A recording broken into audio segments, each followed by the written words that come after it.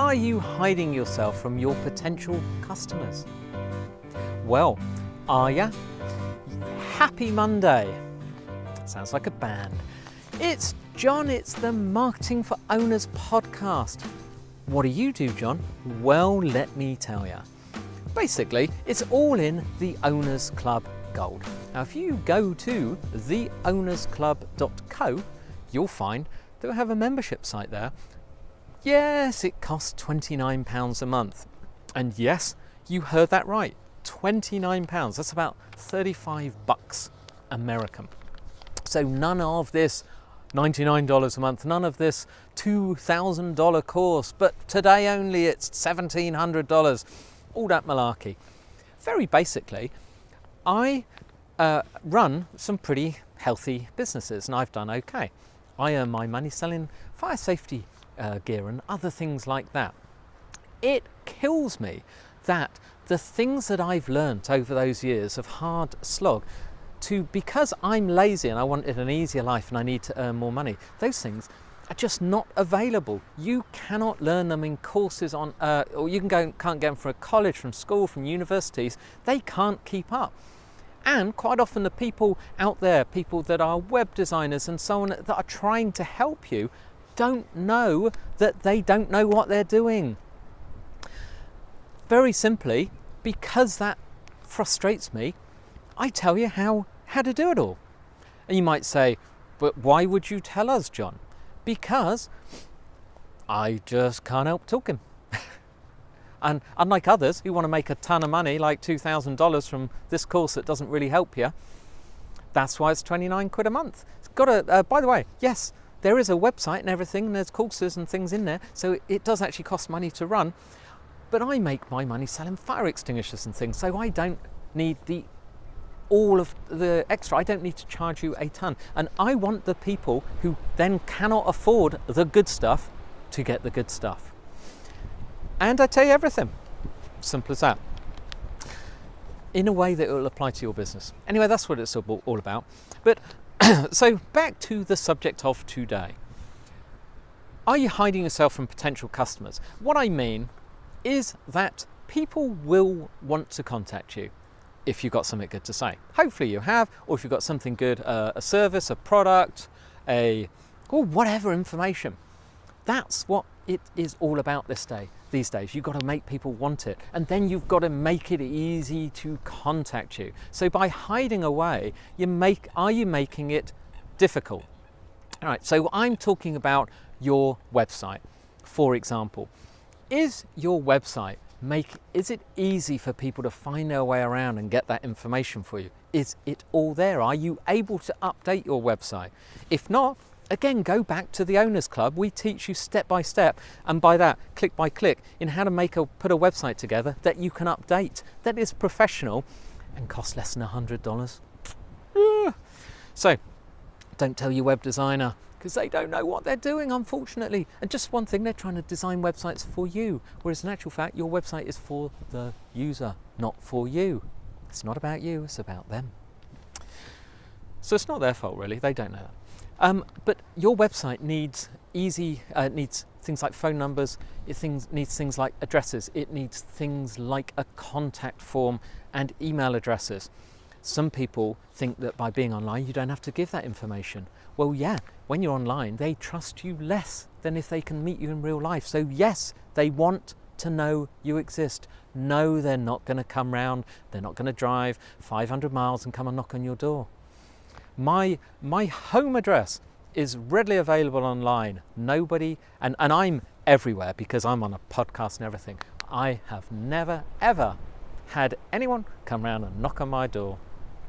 I've actually had a couple of people, just as an aside, I was once at a meeting and someone standing there in a group we're talking to suddenly said, I recognise your voice. And he heard my podcast. He asked what my name was. He listens to my podcast and recognised me from there. Cool, eh? Ego. So things like emails. On your emails, when you say to people, callers, do you give them the phone number, or do you want them to go off to your website, look it up, then try and find your phone number? Make it easy. If you ever say to someone, call us, write the phone number there. And when it comes up on a mobile, if they're looking on a mobile, they can just press the number and call you instantly. We are very lazy. On your website, if you are going to say contact us or call you, contact us, make that link to your contact form. Don't say on via the contact page. Don't think, well, they can just get it. If you say post it to us, put the address right there at the time. Don't make it hard. Don't hide. If you are sending out a quotation to somebody, do not hide the price down at the end. Be brave. Stick it in the beginning and then explain why it's so low and why the value is there. But then if you say ring callers, put the phone number there. Don't make them go through a bunch of sheet of papers and think, oh, I'll dig this card out. Oh, it's at the top of the sheet. It may be at the top of the page. Why can't you make it easier? Email us. Email me, John at johnmarketingforowners.com. That kind of thing. Make it easy.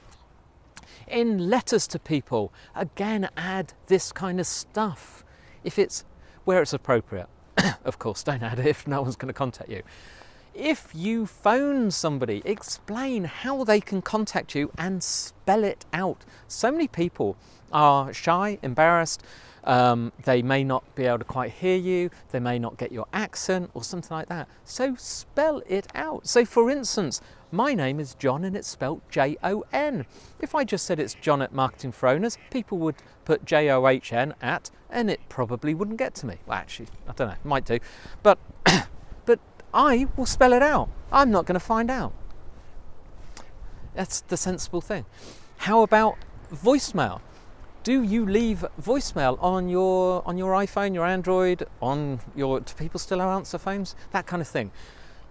Do you say that you're away and when you'll be back? Or are you thinking, oh gosh, they'll go around and burgle my house? No, they won't. Oh, well, they might do. Of course, I didn't say they won't. But what I mean is tell them how else to contact you. Tell them they can email you, then spell out your email address. You can even repeat it to save them replaying that message, because as you start to spell it, they're scrambling around for a pen. And you know how it is? You get the pen just as the guy finishes. Say it again, because I don't want to go back and play that again. I might not, and then you won't hear from me, and then you won't get my money. How about text messages? If you text people, do you say who you are and how they can call you or something like that? All this thing. Any way a customer can contact you, make it easy. Make it really easy. Another one about hiding. This kills me. On your website, your About Us page, does it actually say about you? Say you are a golf course management company. Under your About Us page, does it say something like, hello, at Golf Course Management, we manage golf courses. We've been established for so many years. We come to you, we have a range of products and services, and because that's not what they wanted, that annoys the heck out of them. Not just me. They want to know who you are, why you're around. It's about you. What you'd stick on your LinkedIn, not where you went to school and everything. You can say, hi, my name is John. I'm the founder of Golf Course Management. Back in 1972, I was frustrated with etc., and I had to do it. So I got together with my buddy, etc. Tell them about it. And here's a picture of me, here's them. You can contact me via my personal Twitter. The company's social media is all that about us.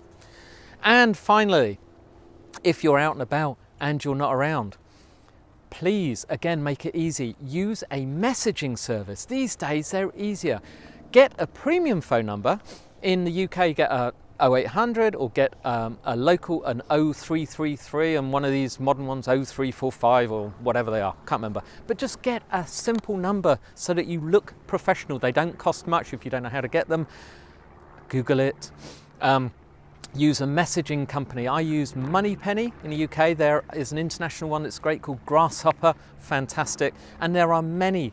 Use things like that. These people will answer the phone for you. When you're a builder or contractor, whatever, you're out on site and you're mixing concrete or you're in the middle of that and the phone rings, you don't want to drop it in. You don't want to go, oh, hang on a sec, mate. Yeah. No, these people will answer it for you and they will text you if it's urgent or pass the message on. They do this for a living. It is what they do. Seriously, you should be trying these kind of things. Oh, please. Anyway, quickly, book for the week. It is by Richard Koch. He is great. That is spelled Koch. The guy is genius. He is the guy behind the 80-20 rule. I mean, obviously Pareto is the guy behind it, but you know what I mean. If you've heard of the 80-20, that's him. This is called, though, the STAR Principle.